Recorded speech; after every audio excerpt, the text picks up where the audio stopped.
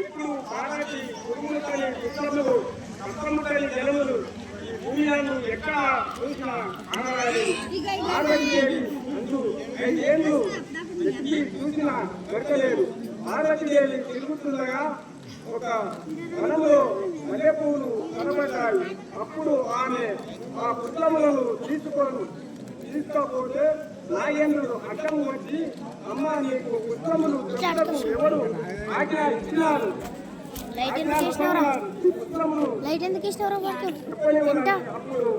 పార్వతీదేవి పుత్రములు చెప్పనివా పోతువా అని ఆమె నాగేంద్రుడు